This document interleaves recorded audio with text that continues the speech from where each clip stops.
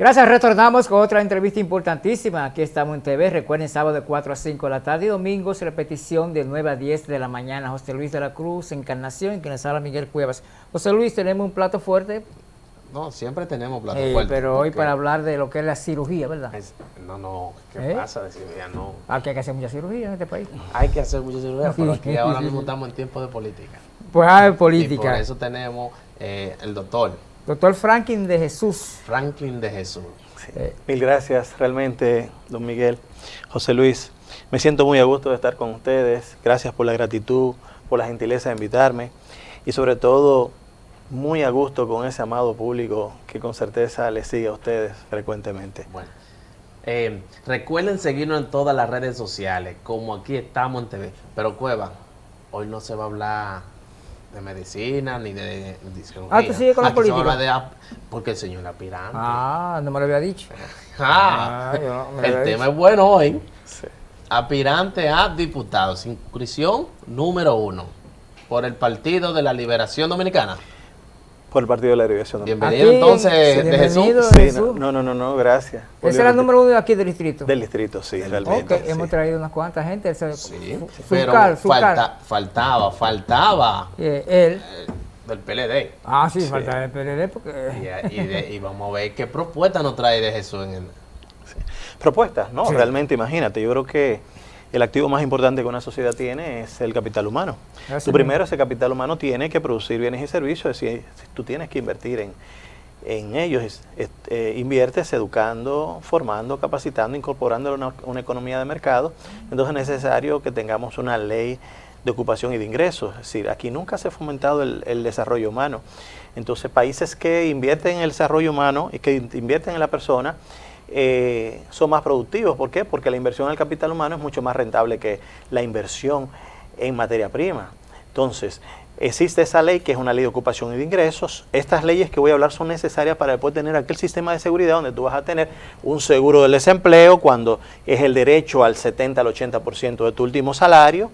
En caso de que te veas sin trabajo, está el derecho, el seguro de enfermedad, y se puede hablar también hasta futuramente cuando tengas las estructuras, lo que es una ley del primer empleo. Entonces, es necesario que haya productividad. Entonces, para ver productividad, tú tienes que defender, tú tienes que asistir a sectores, proteger, defender y asistir a sectores importantes de la productividad, es decir, para que se produzca riqueza, pero que esa riqueza sea distribuida, es decir, una forma horizontal. No podemos seguir teniendo una sociedad donde el 82% de su población esté en condiciones de vulnerabilidad financiera, es decir, son los hogares, son las familias, los que tienen problemas, no tienen condiciones para poder suplir todas sus necesidades básicas. Tenemos un 23.2% de la población en condiciones de pobreza y no podemos seguir con esa desigualdad, esa marginalidad, esa exclusión. Entonces hay que entrar dentro de una economía de mercado y luchar en contra de la exclusión social, la marginalidad y la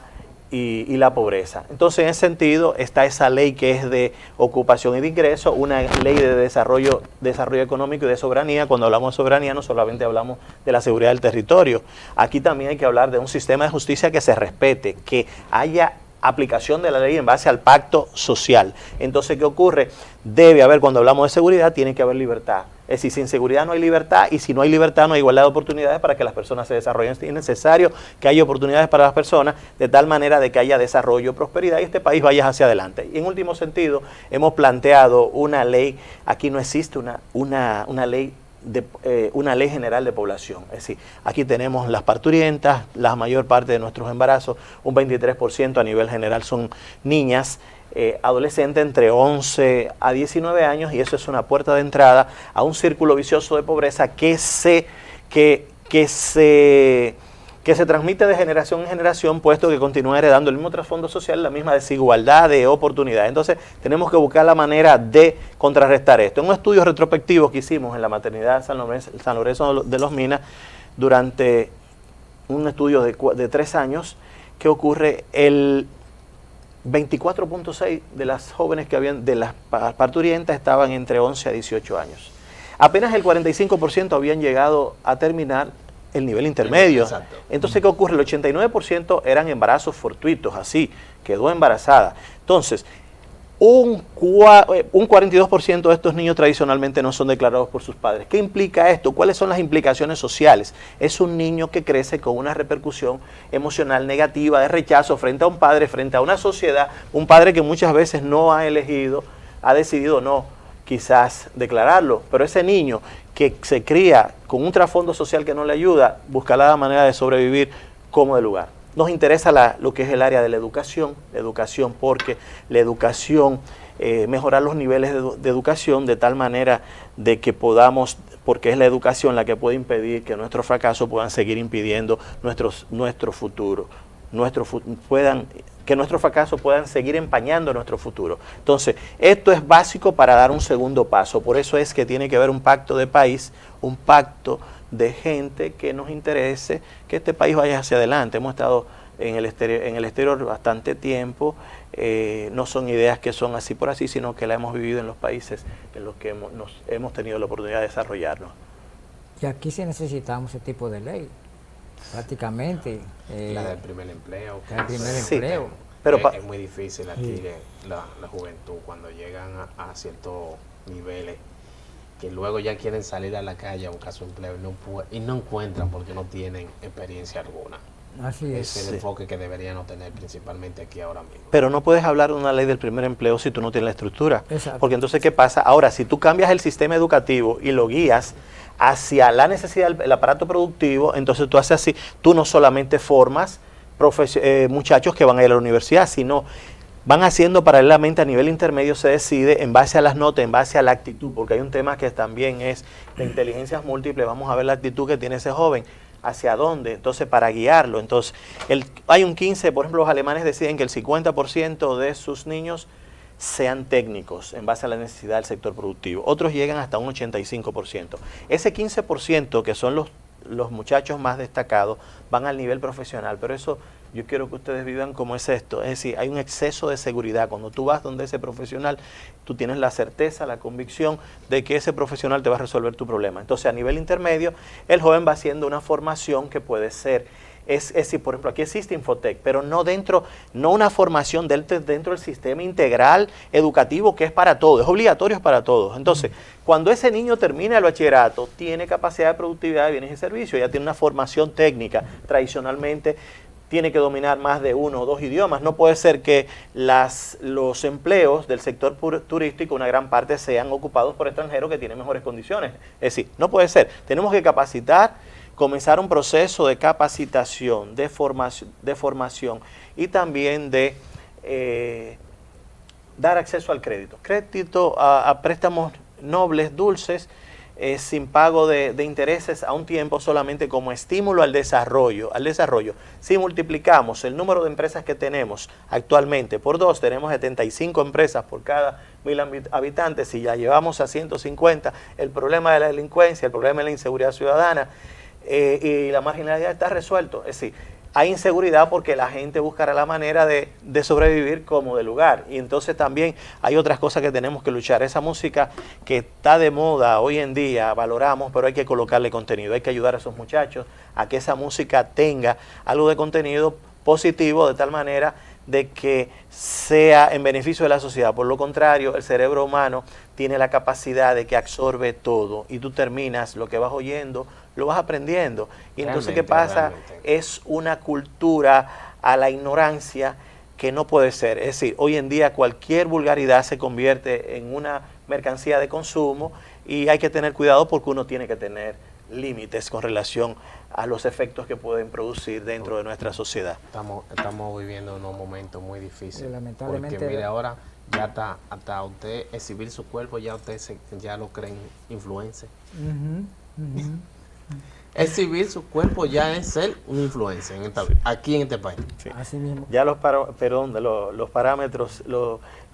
de referencia que teníamos, que eran nuestros padres, para mí mi padre sigue siendo mi referente moral, ¿tú me entiendes? Ahora, esos parámetros de referencia ya no lo son influencers, son muchachos que, por ejemplo, se expresan de una manera utilizando vulgaridades, muchachas que quizás, ¿qué te puedo decir? Hasta el exhibicionismo es parte de ese comercio. Bien, vamos a hacer el corte comercial porque tenemos que hablar con el doctor también en lo que es los muchachos que estudian en las universidades? ¿Por qué quieren acelerar y para irse del país, buscar nuevos horizontes?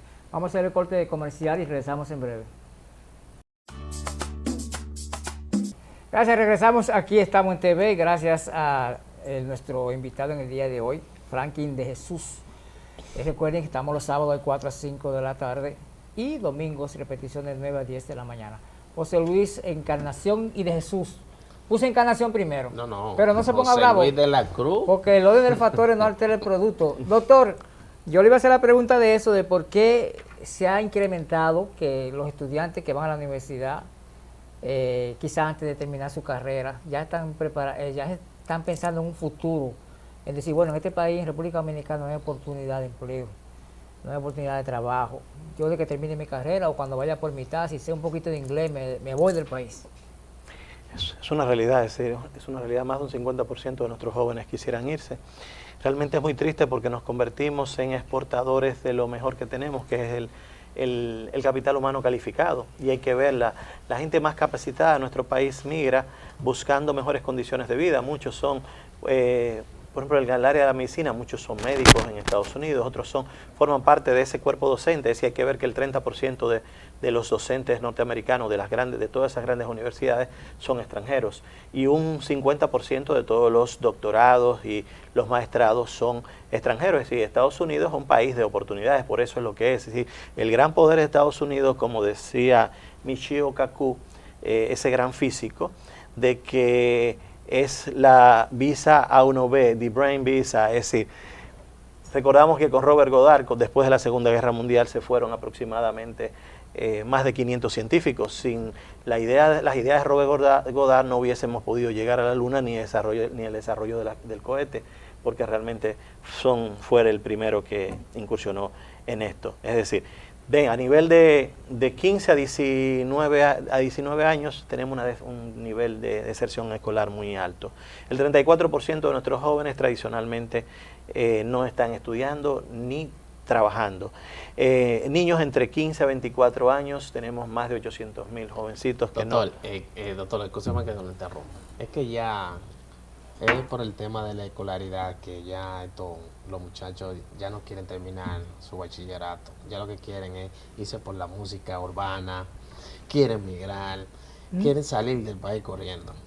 No quieren estudiar. Entonces, porque terminar una carrera sale cara por la ahora. misma situación que estamos viviendo.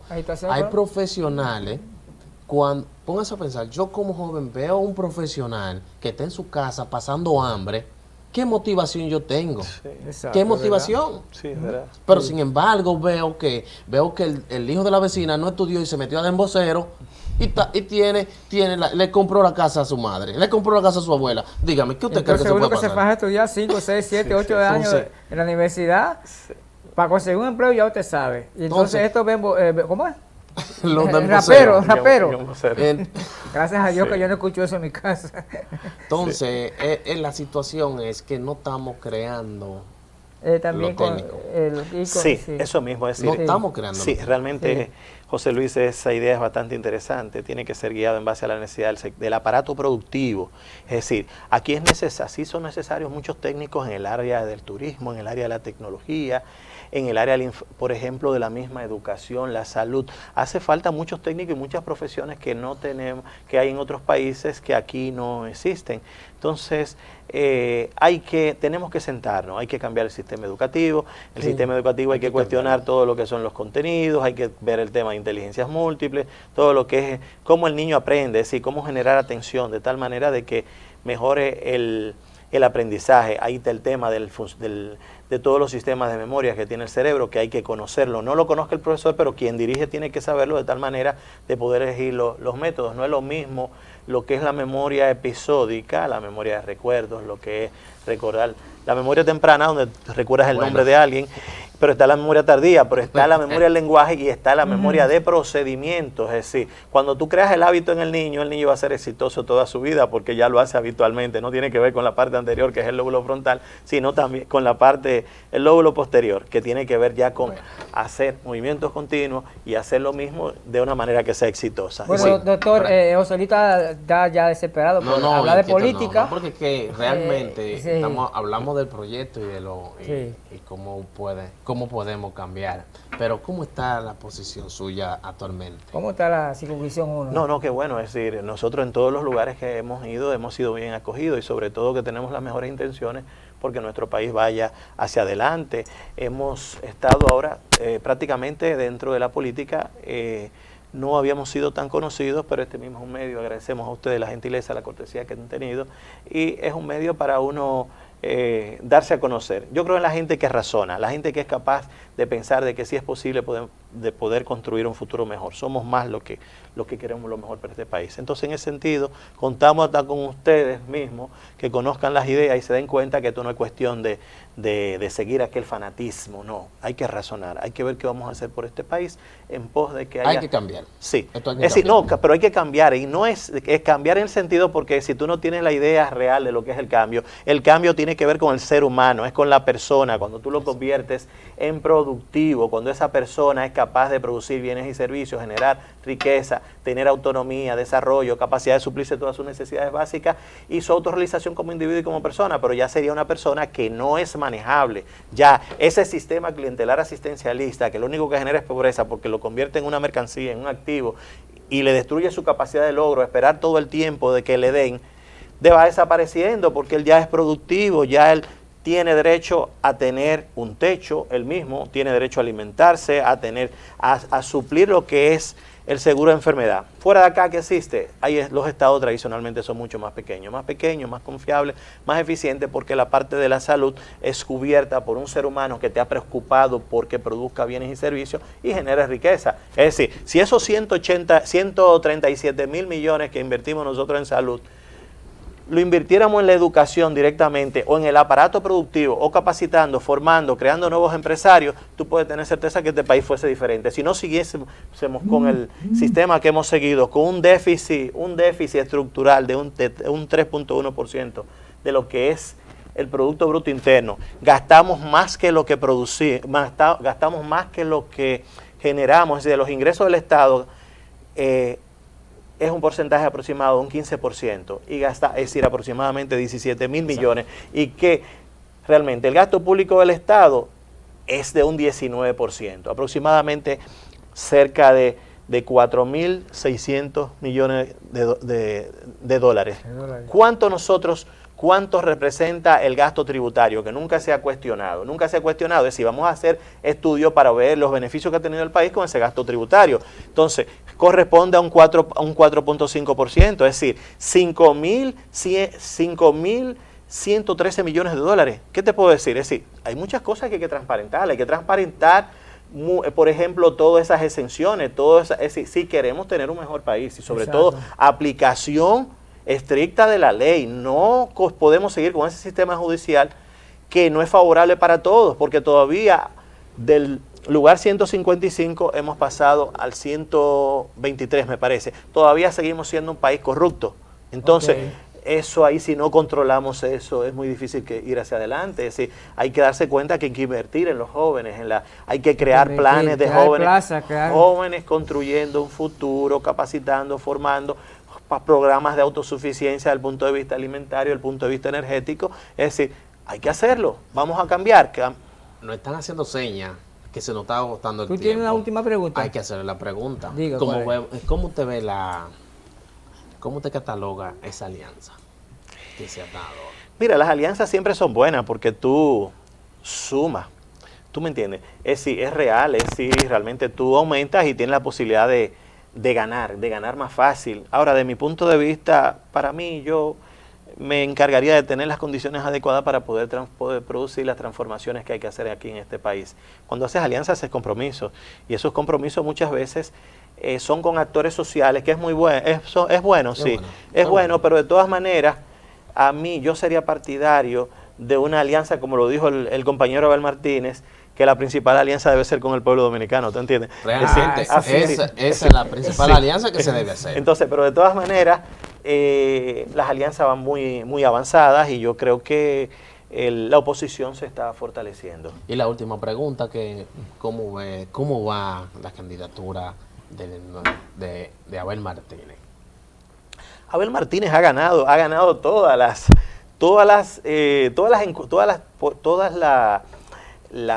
los cargos que se ha elegido, siempre ha ganado. Y Abel que ha sido, o sea, siempre no ha agregado valor, ha agregado valor. A ver, las encuestas le han dado, ha ido aumentando, y creo que en una de las últimas encuestas que vi tenía un 35%. Es decir, es un candidato que se comporta como aquellos corredores de altas competiciones que inicia a un 70% de su capacidad y va avanzando otro candidato a la vez, y cuando viene a ver la recta final, Abel va a pasar en la primera línea. Y esta alianza también le va a favorecer al compañero Abel Martínez. De verdad Frankie, que sí. se me ha agotado el tiempo. Gracias por su presencia aquí. Ya en otra oportunidad lo esperamos por acá en este espacio, y gracias por ese tema tan importante que hemos tratado, ¿verdad? Muy importante. Así que nosotros agradecemos su presencia y nos vamos entonces al corte comercial, ¿verdad? Sí, al corte comercial. Vamos al corte comercial de Heriberto, entonces ya regresamos con la parte final de Aquí Estamos en TV. Recuerden, sábado de 4 a 5 y domingo repetición de 9 a 10 de la mañana. Gracias al doctor Franklin de Jesús, precandidato. Por cierto, el método va por la escogencia de... Es por nosotros los diputados, es por encuestas. Encuestas, ¿verdad? Sí, sí. El sistema que no me gusta, pero hay que aceptarlo. Sí. Gracias, Franklin, entonces, por estar con nosotros. Nos vamos al corte comercial. Adelante, Heriberto.